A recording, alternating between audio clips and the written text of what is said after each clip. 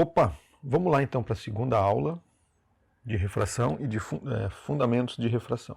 E na aula de hoje a gente vai falar sobre alguns princípios da física óptica, especificamente sobre a luz visível, a radiação eletromagnética e suas propriedades de partícula e de matéria, de partícula e de onda, e suas propriedades de onda e matéria, e sua interação com a matéria e com as superfícies. Então vamos lá. A luz visível, ou a luz que a gente chama de luz visível, ela é composta por um espectro de várias cores: vermelho, laranja, amarelo, verde, azul, anil e violeta, que são as cores do arco-íris. E essas cores, na verdade, elas estimulam os nossos fotorreceptores na mácula, de tal maneira que determinado comprimento de onda vai estimular mais ou menos determinados receptores. Então existem receptores com maior sensibilidade para as ondas largas, para as ondas de comprimento médio e para ondas de comprimento curto. E conforme um fotorreceptor é mais estimulado ou menos estimulado, e a combinação de estímulos para esses três fotorreceptores vai permitir com que o nosso cérebro perceba esse estímulo como uma determinada cor. E aí a gente chama essa cor de vermelho, azul, amarelo, enfim. Comprimentos de onda da luz, além da região do infravermelho, não são percebidos pelo olho humano, e aquém do ultravioleta também não são percebidos pelo olho humano. O espectro de percepção varia de 380 a 720 nanômetros, e aí se a gente fizer um cálculo aritmético, uma média aritmética, nós vamos ter 555 nanômetros como o comprimento de onda médio do espectro percebido pelo olho humano da luz visível, que é uma fração da radiação eletromagnética, como a gente vai ver a seguir. Então a gente chama de luz visível, e as cores percebidas pelo olho, na verdade, são uma fração muito pequena de um espectro enorme de radiação eletromagnética. Então essa radiação ela pode ter comprimentos de onda muito grandes até comprimentos de onda muito pequenos. Então a gente tem desde ondas de rádio, ondas de micro-ondas, infravermelho, controle remoto, né? Luz visível, ultravioleta, raio-x, raio gama. Aqui falta nessa imagem aqui, mas falta mais ou menos aqui. Rádio, tem televisão, celular, está perto das ondas das micro-ondas, depois vem infravermelho e por aí vai. Essa radiação com elevado comprimento de onda, ela vai ter uma baixa frequência e um alto comprimento de onda, da ordem de, às vezes, até 1000 metros. E à medida que ela vai tendo um comprimento de onda menor, ela pode chegar do tamanho praticamente de um núcleo atômico. Quando o comprimento de onda dessa radiação eletromagnética está na faixa de 720 a 380 nanômetros, essa faixa do espectro é que é percebida pelo olho humano. Todas as demais faixas do espectro a gente não consegue ver. E isso é interessante, pelo menos para ilustrar, por exemplo, no consultório para os pacientes, que a mesma radiação do telefone celular é a radiação que a gente enxerga, só que o olho humano é uma antena que só capta nessa faixa do espectro. Então, quando a gente comenta esse tipo de informação para o paciente, gera uma percepção no consultório de que, nossa, que interessante, coisas interessantes que a gente pode divulgar de conhecimento que o paciente muitas vezes não sabe. Então vamos estudar, na verdade, a luz, mas vamos estudar a radiação eletromagnética, porque a luz que a gente enxerga é só uma faixa desse espectro maior, tá? E essa radiação eletromagnética, na verdade, ela pode ser estudada por seu comportamento de partícula ou por seu comportamento de onda. Ela apresenta uma dualidade onda-partícula. O estudo das propriedades de partícula é feito pela física quântica, e basicamente através de pulsos de energia, ou quantum, ou fótons. E o que é preciso entender aqui é o seguinte: os elétrons eles estão girando em torno do núcleo em órbitas mais ou menos organizadas. E quanto mais afastada a órbita do elétron, maior energia ela possui. Então, quando o elétron salta, ele pode saltar para uma órbita de maior energia ou de menor energia. E esses saltos de elétrons entre as órbitas envolve uma troca de energia. Quando o elétron recebe energia e ele absorve essa energia, ele salta para uma órbita mais afastada, mais elevada. Quando ele libera essa energia, ele vai para uma órbita de energia mais baixa. E emite essa radiação eletromagnética, essa energia, esse quantum, esse fóton, na forma de radiação eletromagnética. Então, quando o elétron muda de órbita, ele absorve ou libera energia eletromagnética. E isso explica a propriedade de emissão e absorção de radiação eletromagnética pela matéria. Por outro lado, a propagação da radiação eletromagnética no espaço ela é explicada pela física ondulatória. E é preciso entender a radiação eletromagnética como uma figura tridimensional, em que ela tem uma direção de propagação, por exemplo aqui no eixo X, mas ela é composta por dois campos elétrico e magnético perpendiculares entre si. Então, por exemplo, nós vamos ter o campo elétrico aqui no eixo Y e o campo magnético no eixo Z. Então ela viaja numa direção de propagação com campos elétricos e magnéticos perpendiculares entre si. Só que ela não viaja de uma maneira organizada como está aqui nessa imagem, né? Ela viaja rodando em todas as direções. A gente já vai falar sobre isso. O fato é que quando a gente fala de radiação eletromagnética, a gente fala de absorção e emissão relacionados à física quântica. E reflexão, refração, polarização e os fenômenos de difração e interferência estão relacionados à física ondulatória. Vamos falar sobre a propagação ondulatória da radiação eletromagnética. O que a gente precisa entender é que ela viaja no espaço, numa direção de propagação, e a velocidade de propagação ela é proporcional ao produto do comprimento vezes a frequência. Quanto maior o comprimento, menor a frequência. O fato é que a velocidade é sempre constante e é uma característica da radiação eletromagnética apresentar uma velocidade constante, no vácuo de 300 mil quilômetros por segundo. Então, radiações de grande comprimento de onda vão apresentar uma frequência muito baixa para manter a mesma velocidade. Radiações de alta frequência vão apresentar um comprimento de onda muito pequeno para manter a mesma velocidade. Então, se a gente sabe que a velocidade da luz é 300 mil quilômetros por segundo e a gente sabe qual é o comprimento de onda, é fácil determinar a frequência. E se a gente sabe qual é a frequência, é fácil determinar o comprimento de onda. Uma vez que a gente tem um comprimento de onda que é a característica constante da radiação, se a gente mudar a velocidade do meio, a gente sabe qual vai ser a nova frequência. É matemática. O fato é que em diferentes meios nós vamos ter diferentes velocidades. E essa relação entre as velocidades de diferentes meios é o fundamento que a gente vai usar na refração, tá? Chamado índice de refração.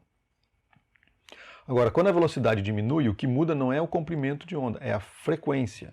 A constante da radiação eletromagnética é o comprimento de onda e a percepção da cor que a gente tem, ou as características físicas da radiação eletromagnética, é dado pelo comprimento de onda, que é constante em diferentes meios.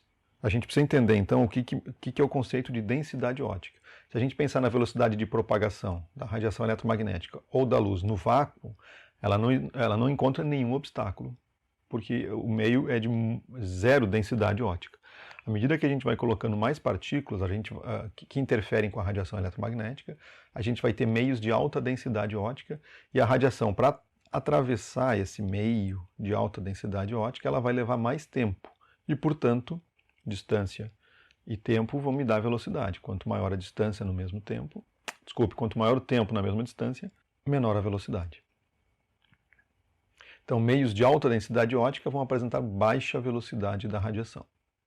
Meios de baixa densidade óptica vão apresentar alta velocidade da radiação. O segundo fenômeno que a gente precisa entender da radiação eletromagnética, além da velocidade de propagação, é a chamada polarização.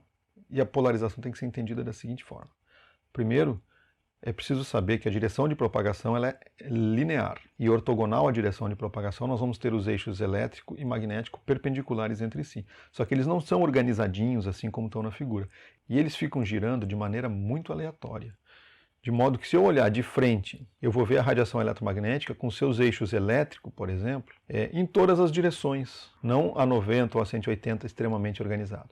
Essa é uma luz natural não polarizada. Mas é possível aplicar um filtro polarizador que permite passar, por exemplo, somente a luz que estiver alinhada com o filtro. E aí eu vou ter, se o filtro está na vertical, a luz polarizada na vertical. E essa é uma luz que é percebida normalmente pelo olho humano, sem, vamos dizer assim, diferença nenhuma. Mas parte da informação se perde porque só se passam os raios alinhados com o filtro. E se eu alinhar um segundo filtro perpendicular ao primeiro, eu vou ter o bloqueio total da luz. Então o polarizador, e conforme a gente alinha os dois filtros na vertical, a gente continua vendo. Se a gente rodar um dos filtros perpendicular ao outro, a gente bloqueia a luz. Então isso aqui é a polarização da luz. E essa aqui é uma polarização linear, que é uma polarização que acontece quando a luz é refletida em uma superfície, por exemplo, água no asfalto, por exemplo, reflexos de superfícies horizontais vão ter a luz polarizada na horizontal, né? E se a gente imaginar, aqui ela está na vertical, tá? Vindo de baixo para cima, por exemplo, a direção de propagação está subindo, e eu tenho aqui uma projeção em vermelho do campo elétrico e em verde do campo magnético. A imagem vista de quem está olhando de cima para baixo vai ser uma polarização linear, mas eu posso ter, por exemplo, uma polarização circular. E essa polarização circular ela pode ser no sentido horário ou anti-horário. Essa polarização circular é utilizada, por exemplo, nas telas de cinema, no cinema 3D. Essa aqui, a polarização linear é utilizada nos filtros das lentes solares, porque diminui o reflexo horizontal do efeito de água no asfalto, por exemplo. E a terceira polarização é a polarização elíptica, que a projeção dela vai formar uma elipse e não um círculo nem uma linha. Um outro fenômeno que acontece com a radiação eletromagnética, por causa do seu comportamento de onda, é a difração e interferência. Difração é um fenômeno que acontece quando uma onda encontra uma borda ou um obstáculo de dimensões próximas ao seu comprimento de onda e ela passa a contornar esse objeto ou essa borda, e aqui quando o orifício é pequeno ela contorna para os dois lados e ela se apresenta como se fosse um novo ponto de origem luminosa com radiação divergente. E quando essas radiações divergentes se cruzam ou se encontram entre si, elas vão formar franjas de máximo e mínimo contraste, e essa aqui, na verdade, é a interferência entre os raios, entre as ondas. Então, falando de difração, interferência e polarização, a gente está falando de propriedades da radiação eletromagnética, assim como absorção e emissão. Agora, a gente precisa entender essa radiação eletromagnética e como ela interage com a matéria. Então, quando a gente tem, por exemplo, a emissão, é mais simples de entender. A radiação ela é emitida quando o elétron salta de órbita. Agora, a absorção acontece quando a matéria não reflete a radiação, ela simplesmente absorve. E ela vai, claro, aumentar a energia dela. Então, esse é o fenômeno de absorção, que é uma interação da radiação com a matéria. Uma outra forma de interação da radiação com a matéria é a reflexão, que acontece quando a radiação ela bate numa superfície e ela é refletida. E ela pode ser especular ou difusa. Especular, não direta. A reflexão especular, ela se dá de tal forma organizada que a imagem percebida da reflexão, da radiação, ela é igual ou semelhante ou proporcional ao objeto que originou. Um espelho, por exemplo. E a reflexão difusa acontece de tal maneira que os raios não são organizados e não é possível perceber o padrão de iluminação ou da origem da radiação. A gente simplesmente vê uma imagem espalhada. Que é o que acontece, por exemplo, com a matéria em geral, com as superfícies em geral. Quando a gente tem uma superfície, por exemplo, que reflete apenas a radiação azul, a gente ilumina ela com todas as cores, com a luz branca, ela vai ser percebida como azul. Ou, se ela reflete apenas a radiação vermelha, ela vai ser percebida como vermelha. Um objeto que reflete todas as cores, ele vai ser percebido como branco, mas quando eu iluminar ele com vermelho, ele vai ser percebido como vermelho. Aqui no de cima, se eu iluminar esse objeto que é azul com vermelho, ele vai ser percebido como preto, ausência de radiação azul. E o objeto preto é aquele que não reflete nenhuma luz, ele absorve todas as radiações. Então, a absorção ela pode ser seletiva, de acordo com o comprimento de onda, e a gente percebe a luz refletida, tá? E conforme ela é refletida, estimula de diferentes maneiras os nossos receptores e a gente consegue interpretar isso como uma cor. A gente não tem o nosso olho não é um espectro fotômetro que percebe qual é o comprimento de onda.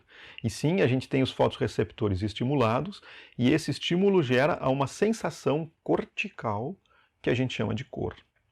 E olha como isso é interessante aplicado na prática. Se a gente olhar essa imagem aqui, a gente tem uma espécie de cubo mágico, mas aqui a gente tem um quadradinho marrom e eu quero chamar a atenção para esse quadradinho laranja aqui embaixo e esse marrom médio aqui embaixo. Na verdade, todos eles têm a mesma cor e eu vou mostrar isso agora. Eu abri uma página aqui do meu computador e eu consigo ter um aplicativo que ele me dá o código da cor conforme eu vou colocando. Então, por exemplo, ele vai marcando aqui o código branco, aqui ele vai marcar o código preto, código amarelo, e ele dá no quadradinho aqui a própria cor. Se eu colocar aqui nesse marrom central de cima, a gente vê que o código é mais ou menos, é um marrom 129,72,17. É mais ou menos a cor que ele oscila aqui, 128,73,15, 129, 130, 72, 16. Se a gente botar o mouse aqui, essa setinha aqui, a gente vai ter 128, 71, 16. Vê que é o mesmo padrão de cor, olha lá, 128, 71, 16 em toda a superfície. Aqui, 127, 72, 129, 72, 17. Conforme eu vou mexendo, ele vai pegando, ó, 128, 70, 129, 72, 17. Por incrível que pareça, ó, 128, 72, 15, 16, 127, 72, 16, 15. E aqui embaixo também, ó, 127, 70, 125, 129, depende um pouquinho onde eu vou passar, 129, 60, 125, 70, 16. Ou seja, é a mesma cor. Só que ela é percebida pelo nosso cérebro, o estímulo sensorial que ela gera é diferente de acordo com o meio em que ela está. Então aqui, como a gente está num meio muito claro, esse aqui deve ser muito escuro para poder ser proporcional. E esse aqui, como ela está num ambiente escuro, a gente interpreta como claro, mas a cor é a mesma. Veja só como o ambiente é percebido pelo cérebro como um jogo de contrastes e não só a cor absoluta. Bom, vamos adiante na apresentação aqui. E a terceira forma de interação com a matéria é chamada de refração, quando a matéria não absorve e nem reflete, ela refrata, ou seja, a radiação atravessa de uma superfície do meio 1 para o meio 2. E quando ela passa para o meio 2, ela vai mudar a velocidade. E essa mudança de velocidade no segundo meio vai provocar um desvio do raio. E refração. E é sobre isso que nós vamos falar daqui para frente. Só que através dessas propriedades de interação com a matéria, a gente pode classificar os meios ópticos em meios transparentes, aqueles em que a radiação, a luz visível, atravessa e a gente percebe o que está atrás, ou opacos, quando a radiação da luz visível não atravessa e a gente não vê o que tem atrás, né? Não vê adiante do meio. Ou translúcidos, que é uma situação intermediária. Então vamos lá, vamos entender um pouquinho de reflexão e refração. A gente precisa entender a anatomia dessa radiação, ou o desenho dessa radiação. E os principais componentes são, primeira coisa, superfície plana entre dois meios. Tá? Essa chamada de superfície ou interface ou dióptro. Dióptro é a mesma coisa que interface, daí vem o termo dioptria. Tá? E a gente vai ter então a normal, que é uma linha imaginária perpendicular à superfície. Na verdade, ela é perpendicular ao ponto de contato do raio incidente na superfície, na interface. Onde o ponto de contato, onde o raio tem o ponto de contato com a superfície, a gente traça uma tangente e a normal ela é perpendicular a essa tangente. Tá? Então nós vamos ter a superfície, a normal, o raio incidente da radiação e o ângulo que se forma entre o raio incidente e a normal, chamado ângulo de incidência. No caso de reflexão, nós vamos ter o raio refletido e vamos ter o ângulo B, que é o ângulo de reflexão. Sempre o ângulo A vai ser igual ao ângulo B, em relação à normal, tá? Sempre, e essa é uma característica da reflexão. No ponto de contato do raio incidente na superfície. Aí nós vamos ter a normal, tá? Sempre igual a normal. Agora, quando a radiação atravessa para o segundo meio, aí nós vamos ter o raio refratado, o ângulo de refração, e aqui nós, se pudesse imaginar uma linha pontilhada seguindo no sentido de propagação do raio incidente, nós vamos ter um segundo ângulo aqui, que é o chamado ângulo de desvio, que é um ângulo complementar. O ângulo A é igual ao ângulo C mais o ângulo complementar aqui que está imaginário. Seria A igual a C mais um Dzinho imaginário aqui, entre o raio refratado e o raio, a continuação do raio incidente. Tá? Mas o que se usa é o ângulo de incidência e o ângulo de refração, sempre em relação à normal. Tá? A diferença é que Na reflexão a gente vai estar falando de espelhos e os raios eles vão estar no mesmo meio e, portanto, no mesmo índice de refração, por isso que os ângulos são iguais, mesma velocidade da radiação. E na refração nós vamos estar falando de meios diferentes e, portanto, diferentes velocidades, diferentes índices de refração. E, portanto, um desvio do raio, uma refração. E a refração ela é regida pela lei de Snell-Descartes, na verdade. São dois cientistas e ela expressa que o índice de refração do meio 1 vezes o seno do ângulo de incidência é igual ao índice de refração do meio 2 vezes o seno do ângulo de refração. E se eu souber 3 desses elementos, eu consigo descobrir o quarto. Como os índices de refração sempre são conhecidos, como o ângulo de incidência geralmente é conhecido, é muito fácil calcular qual é o ângulo de refração. A grande sacada aqui que atrapalha o raciocínio clínico muitas vezes é que essa fórmula ela é constante para toda a radiação eletromagnética, para todo o espectro da radiação eletromagnética, porém, cada comprimento de onda vai apresentar o seu próprio índice de refração. Sempre constante, mas sempre diferente para cada comprimento de onda. Então, quando a gente fala de luz branca, a gente, na verdade, tem que decompor ela e saber de qual comprimento de onda, por exemplo, o comprimento médio de 555 nanômetros. Ou qualquer outro que a gente escolha, desde que a gente saiba. E não existe, então, vamos dizer assim, um índice de refração para a luz branca. Embora a gente generalize isso muitas vezes, tá? E eu vou mostrar aqui uma simulação de como isso acontece, como essa lei é aplicada na prática. Então a gente tem aqui nessa simulação, na parte de cima um meio 1, na parte de baixo um meio 2, e o raio vindo de cima para baixo, formando aqui, no caso, um ângulo de incidência 0, num índice de refração 0, e no segundo meio um índice de refração 0. Ou seja, aqui não vai sofrer refração nenhuma. À medida que eu aumento o índice de refração do meio 2, eu posso entrar na zona de refração. Só que aqui não acontece nenhum desvio, porque na verdade o ângulo de incidência é 0 e os raios que vêm alinhados à normal não sofrem desvio, né? À medida que eu aumento o ângulo de incidência, eu tenho um desvio. Vamos botar aqui 45 só para ilustrar. À medida que eu aumento o ângulo de incidência, eu começo a ter um desvio do raio. Então vejam bem aqui, ó, o ângulo de incidência de 45, o ângulo de reflexão no mesmo meio 45. E aqui, como muda o meio, muda a velocidade, a gente tem um desvio, a gente já vai entender como isso acontece. Eu vou dar um exemplo para vocês. Mas o fato é que o ângulo que antes era de 45, agora ele é de 13 graus, uma diferença significativa, né? E esse aqui seria o ângulo de desvio. O que a gente trabalha é com o ângulo de refração. Se eu mudar o meio para um meio de 1,5, que é um meio comum na oftalmologia para as resinas orgânicas, eu vou ter um desvio ainda assim significativo dependendo do ângulo de incidência. A situação que a gente mais deseja na oftalmologia é essa, com 0 ângulo de incidência, a luz vindo exatamente na frente do olho para que não tenha desvio. Mas se a gente tiver uma pequena variação, eu vou ter um pequeno efeito. Por exemplo, aqui um ângulo de incidência de 10, um ângulo de refração de 6,65, com esse desvio aqui. Se eu mudar o índice de refração de 1,5 para 1,7, que é considerado uma lente de alto índice, eu vou ter essa variação aqui. Agora o ângulo de incidência de 10 vai gerar um ângulo de refração de 5,86.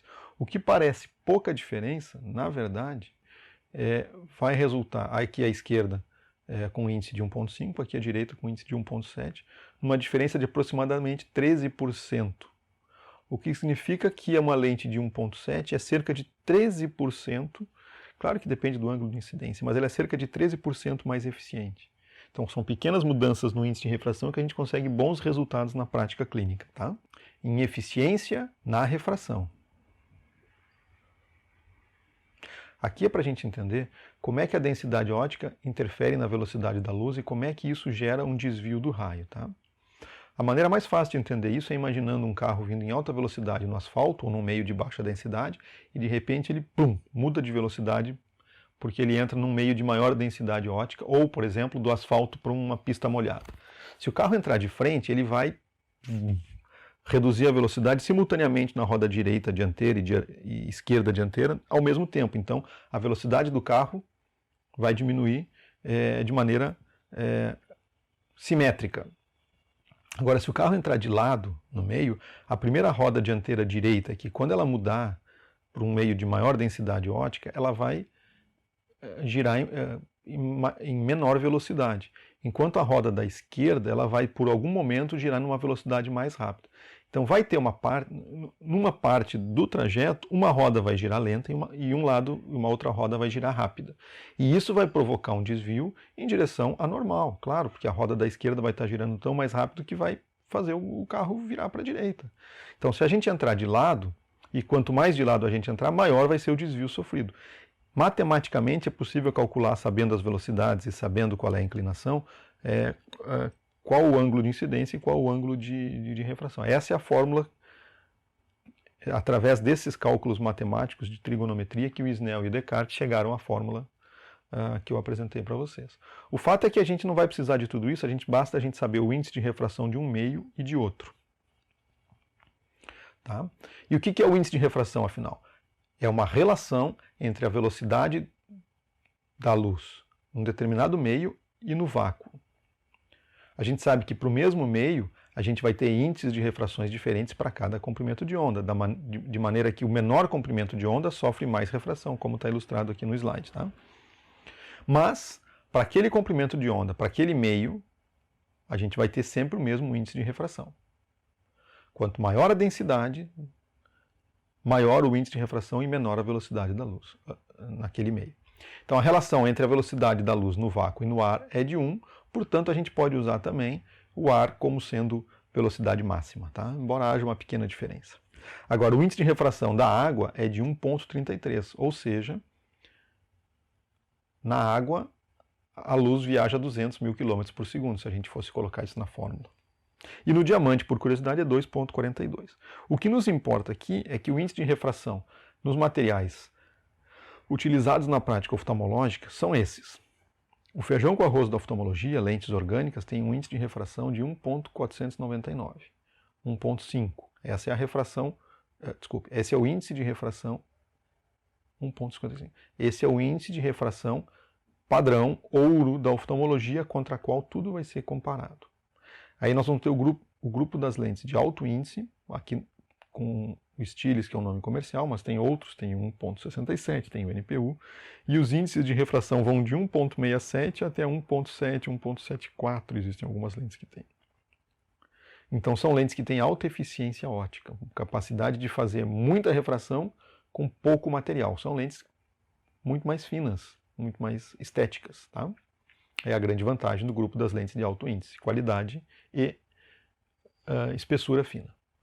Existe um grupo intermediário de lentes, e aqui eu faço uma chamada para o Trivex e para o policarbonato, que são lentes que são tradicionalmente vendidas como sendo lentes de alto índice, embora não o sejam. E por que isso acontece? Porque tanto o Trivex como o policarbonato apresentam um material de altíssima resistência, praticamente inquebrável. E por isso conseguem ser manufaturadas lentes de espessura muito fina, mesmo com um índice de refração mais próximo do normal. E são comercialmente apresentadas como lentes de alto índice e não são. Então, se fosse chamado de um grupo de lentes finas, aí tudo bem, pode colocar o Trivex e o policarbonato. Agora, chamar Trivex e policarbonato de lentes de alto índice é um erro grosseiro. Tá? Além do Trivex, que tem um índice de refração de 1,53, e do policarbonato, que tem um índice de refração de 1,586, a gente tem um grupo de resinas chamadas resinas light. Orma, Hyperlight, Miolite são alguns nomes comerciais, com um índice de refração de 1,561. Então, essa talvez seja a página, o slide que vocês têm que memorizar. Esses são os números de hoje. Além do índice de refração, a gente sabe, uma outra situação importante, a gente sabe que cada comprimento de onda vai apresentar uma refração diferente. Então a gente vai ter distâncias focais diferentes para cada comprimento de onda. E isso vai gerar uma situação chamada de aberração cromática, em que a gente não consegue ter as bordas nítidas porque determinados comprimentos de onda estão fora do foco. E a gente tem como comprimento de onda médio a luz verde, e aí nós vamos ter um desvio de foco em algumas situações.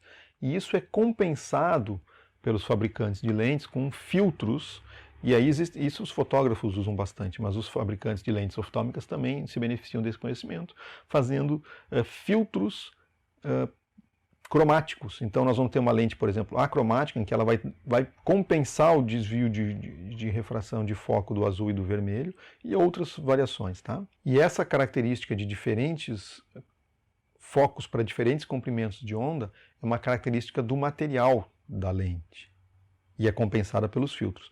Então entender como cada material apresenta a sua aberração cromática é uma situação importante, e isso é medido pelo valor AB.